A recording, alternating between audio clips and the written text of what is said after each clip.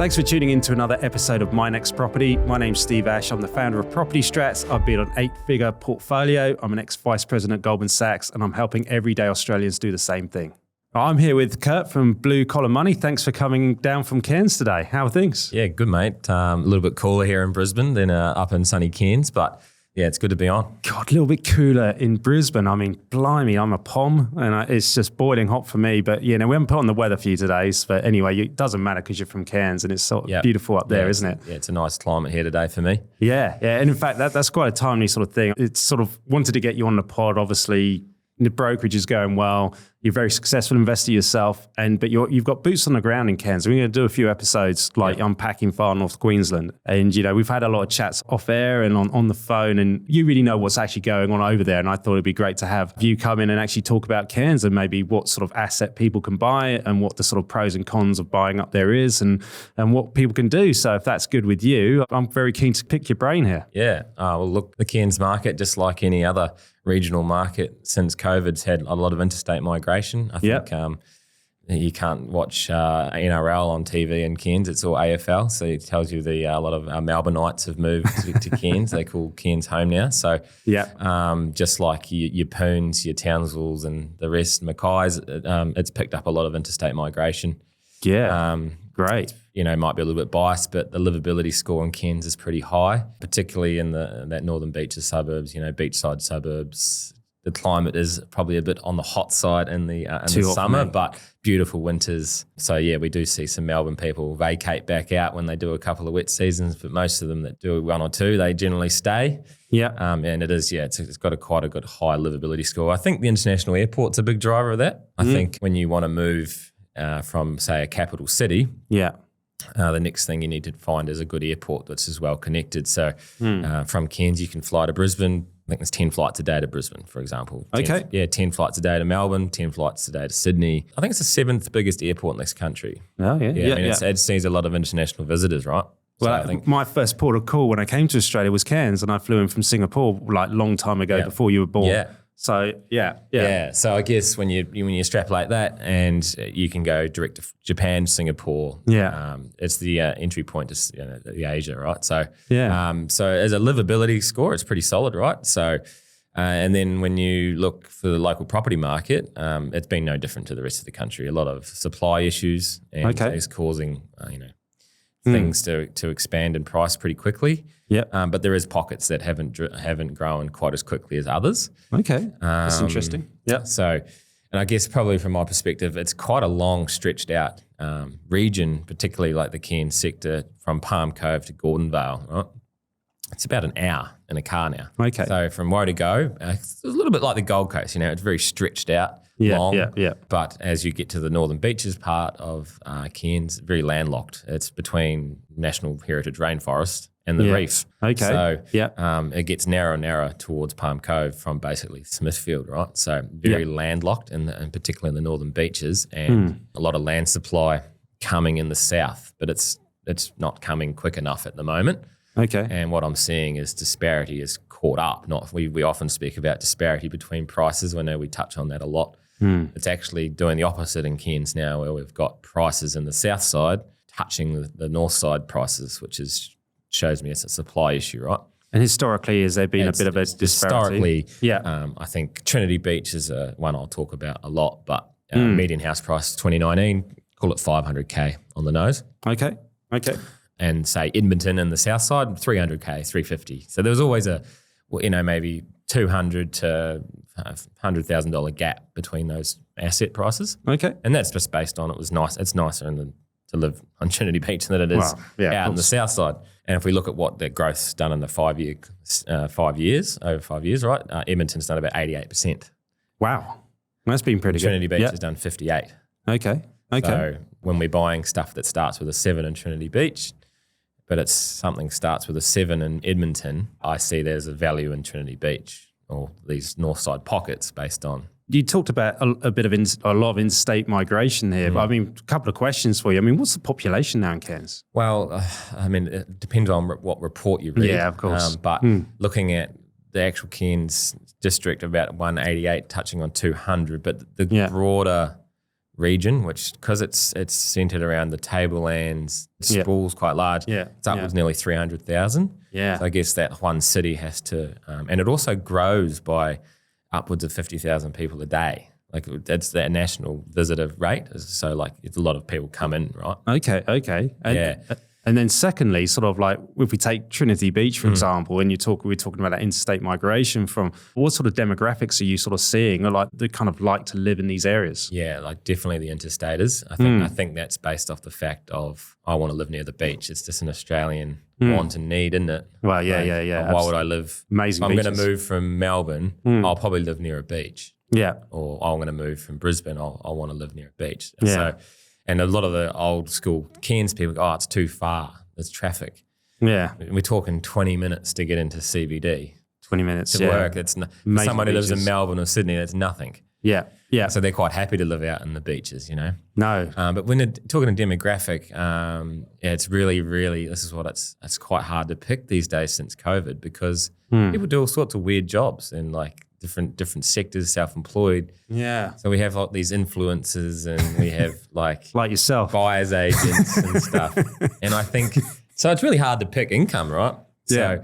So you still have there's a national trade shortage anywhere. So your tradies are always on pretty good money. They choose to use the Northern Beaches as call at home. You've also got medical, like doctors. Yeah, medical. Yeah. I think, I do have a few doctor clients, and the feedback is there's an oversupply of doctors come out of uni in Brisbane. So they move regional because there's lots of work in Cairns because it's got a massive region. Okay. Big incomes and yeah. So it's a bit of a mixed bag. Like I said, it can be a bit hard to pick though, because sometimes it's like people come to me, I'm like, oh, what do you do for work? Like that's never heard of that before. You know, online coaches and stuff like that. Yeah, no. So it's really hard to extrapolate what actually people do to make money these days, you know. So no, it is. We're talking about just before we came on, like it is like life coaches, business coaches, medical professionals, etc. There's a good mix. And I'll ask you the question, like you're obviously the expert on this, but you know I do see a lot of value up in these areas. But Trinity Beach, how much would I be paying for say a 422 and say Kewarra Beach, and if there's any other sort of suburbs where you see a bit of value, it'd be good to pick your brain on it.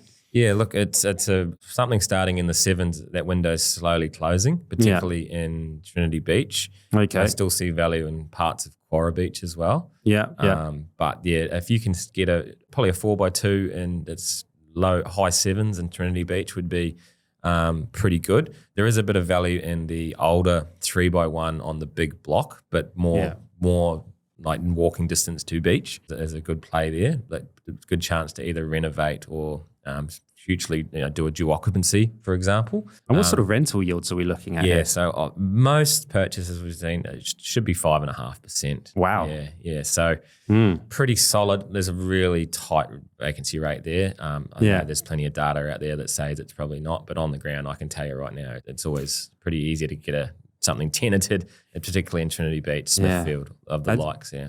This is an interesting point you make, because we do know there's a lot of people out there, people who watch this, who kind of use the data platforms like your H tags, etc. And that demand, supply and balance, that's what people are looking for. And we do know that data lags. And so this real-time intel that you can provide, because that will kind of translate into the data as time goes on. And I think we were talking about a couple of purchases like in Brinsmead, for example, which is a really good suburb. But I mean, how many people were at the opens on that property we're talking about? Yeah, that was like 40. There was so many cars in the street. Yeah. Brinsmead's also another pocket. It's not Northern Beaches, but it's really its proximity to the CBD is quite popular with medical professionals. Yeah, okay. So like it's a nice leafy little suburb, high owner occupier rate. Yeah, okay. It's tightly held. You've got your Brinsmead, Edge Hill's probably one I'll throw out there. It's what you'd probably call your boutique-y sort of play. It's got your nice cafes. The botanical gardens neighbour it, so it's a beautiful spot. Smashed Avo there. The Smashed Avo. It's the tappers, the nice little restaurants, but it's a great little suburb, right? Yeah, I mean, this is what I think. What I was just talking about, H-tag sort of platform or whatever, and looking at sort of some of the data numbers here. But the way I kind of look at it, just break it down into actual common sense. If you've got 40 people going to an open in Brinsmead, there's obviously can only be one winner. And so there's 39 buyers out there, and we're talking more owner-occupiers here, aren't we? Any investors and that sort of mix? I think some of the feedback off the opens I've attended just on behalf of clients is it's a lot of upgraders. Yeah. Not just first home buyers. I'm seeing that it's the people that bought in 2019 and have probably doubled their price, house and value, and then they're trying to get over the northern beaches. Maybe they've bought in Edmonton or Bentley Park for 300 grand.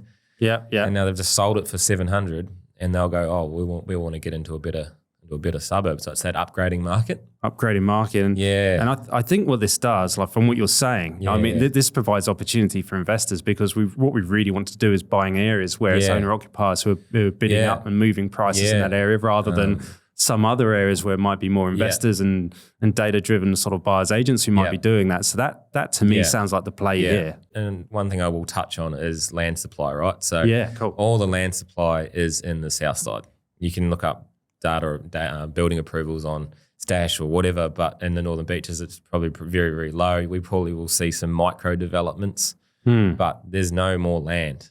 Yeah. And you look on a map, you can say, there's plenty of land there, but it's undevelopable. It's either heritage or it's got a flood overlay, or it's got, it's unusable. Right? Yeah. So in the south side, a place called Mount Peter Estate. So that's basically the government's holy grail of supply in Cairns. So about 45,000 extra people to come over the next 10 years.